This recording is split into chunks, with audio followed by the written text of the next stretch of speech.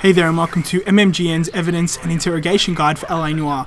First up is the case Upon Reflection, which is on the first desk that you play on in the game, the Parol Desk. Now things start off here and you head into a call out in downtown Los Angeles. You get introduced to the driving mechanics here, which are pretty simple. If you're familiar with GTA, you'll know the acceleration and brake control there. As you get to the alleyway, just run down to the end of the street, and that's where you'll spot the blood splatter on the door there.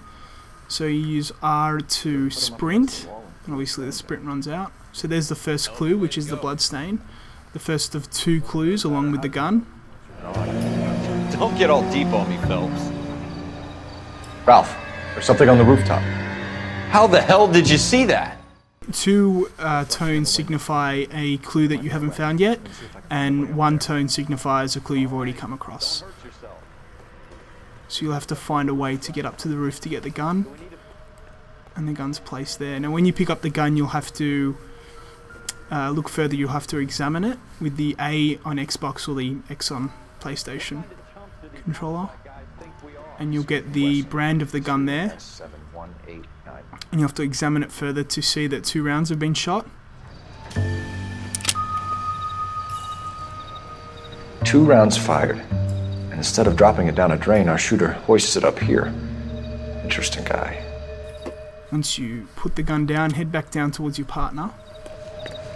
We should follow up on this now, before the perp. And when you get down to your partner, you're going to be introduced to your notebook, which pretty much details every piece of evidence you come across and every person that you meet.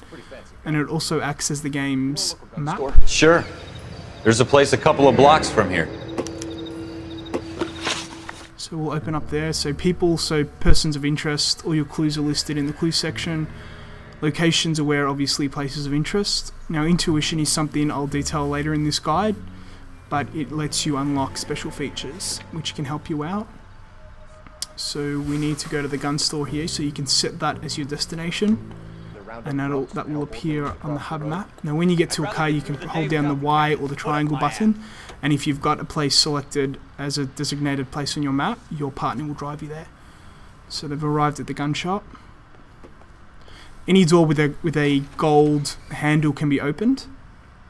So once you're in the gun shop, you'll need to look through the orders to find a person of interest based on the serial number on the gun. So you'll need to scroll over to the second page.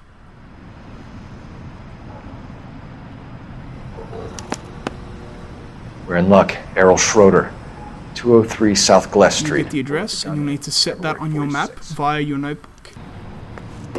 Do we call it in? Let's see if he's at home. Owning the gun doesn't prove he pulled the trigger. Okay. In for a penny, in for a pound. Set that as a destination. Get your partner to drive there if you're not interested in seeing the city. So once you get to his place, open the door, go through the front, and you'll have to look at the apartment numbers to see which apartment he's in. So that's number 2. So head on upstairs. And it's the first one on the right there.